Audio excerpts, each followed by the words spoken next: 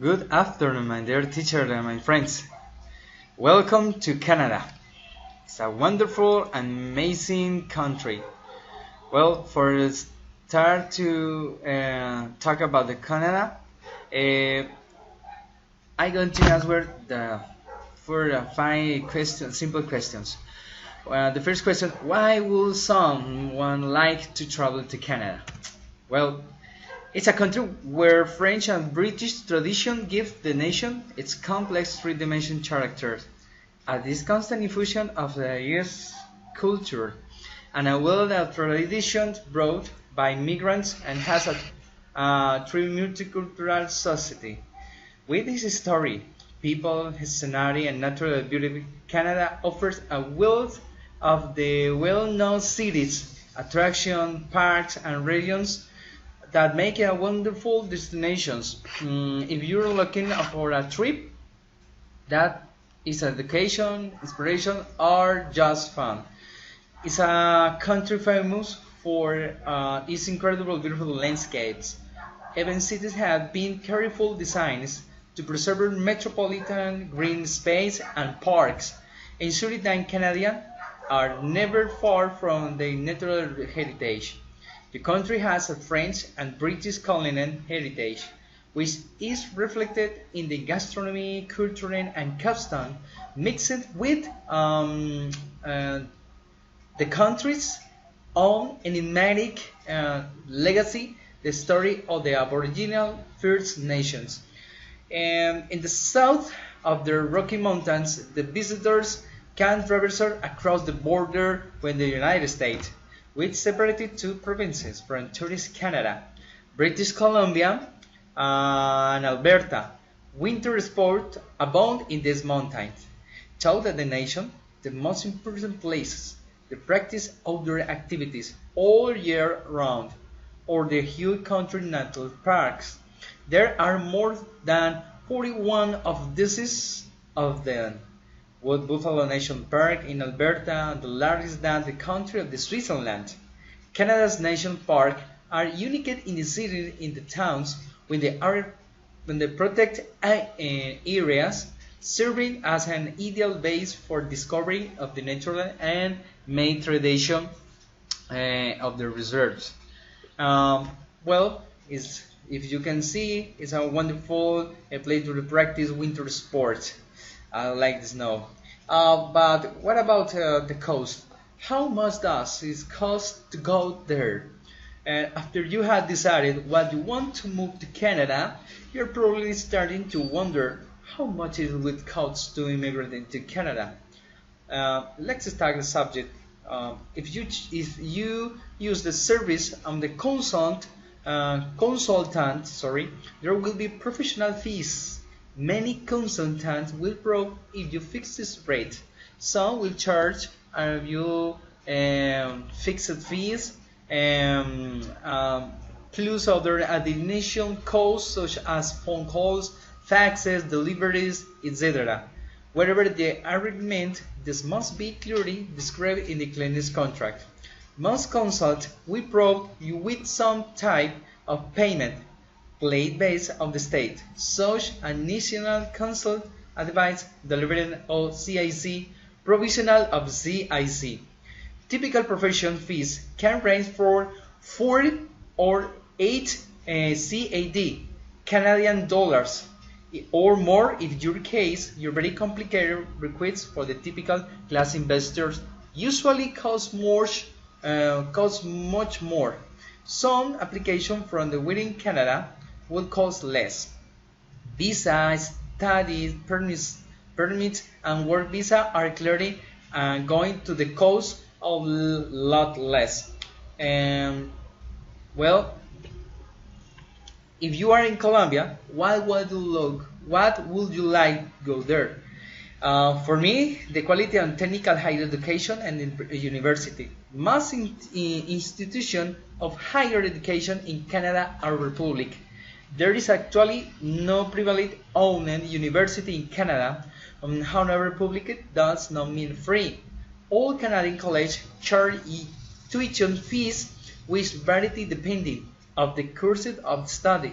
For example, phase of our study, then dentistry and law are much higher than for studying history or writing.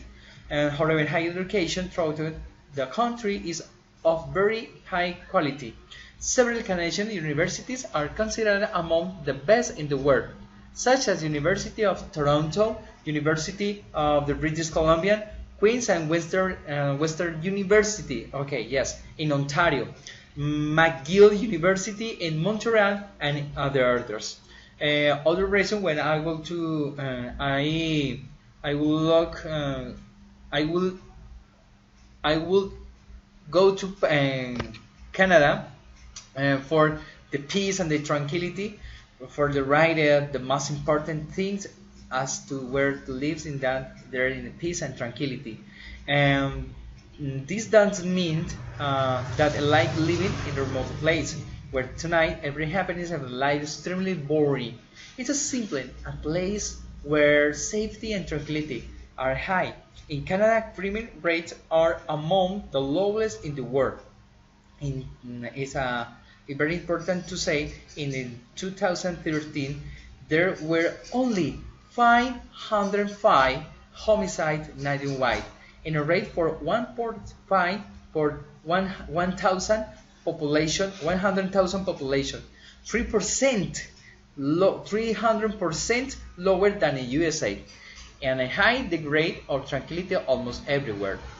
In the high the United Nations Human Development Index, the water, yes, Canada have more fresh water that has more fresh water than any other country in the world. More than 2 billion lakes. This is very amazing. Or look for this very near to the pole, North Pole, and the north of the countries. The order is very important. The most Canadian drivers follow the rulers and the allows even in the peak traffic hours. It can flow even slowly. The word order was included in Canada Constitution by the founders in the modern Canada in 1867 in a famous phrase: peace, order, and good government.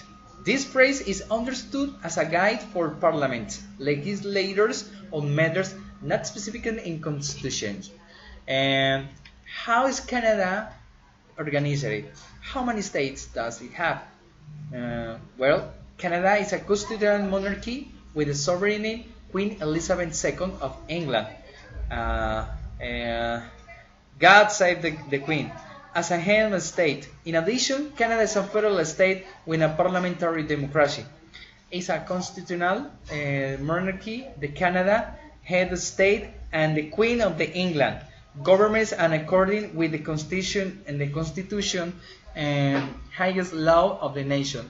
Is represented in Canada by the Governor General, who is appointed every 5 years by the Queen, with the advance of the primary ministry, head of the Canadian government. In each of the province, the Queen is represented by the Lieutenant Governor, who is also appointed every 5 years by the Governor General, with the advance of the Premier Minister.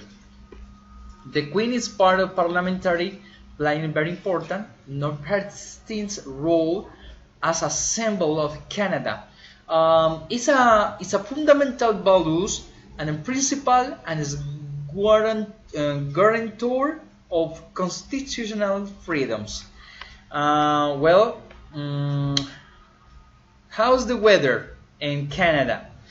Well, for the weather in Canada is immensely sized of Canada almost your springs and the wide range of the climates for the warm, humid Pacific coast on the coldest and foggy Atlantic coast and the island of the North Atlantic ice. And however, it can be said in the most of the Canada territory, it is possible to appreciate the 4 seasons with more or less similar characteristics throughout in the country. Spring more or less into March and to May. It's a season when the snow accumulated during the winter begins to melt. The summer, June to August, September maybe, the weather is warm. The temperatures can reach 30 degrees centigrade in the central part of the country, Ontario and Quebec, especially near to the Great Lakes. The weather turns and damp for there in many thunderstorms. Autumn, September to November season. This season is characterized by the color change of the foliage of the trees, which turn from the green to red, yellow, and brown before beginning to fall to disappear completely in the winter. The climate is cool progressive quickly towards the world. Well, we finish it with the beautiful winter. And December to February, March or later, Canada winter is dreaded season. It's characterized by the very low temperatures and frequently snowfalls. Some regions maybe have snow from October to April. All right, this is all. Thank you, teacher, for your pay attention and how you enjoy my with me and this trip to the wonderful and beautiful Canada. See you. Bye bye.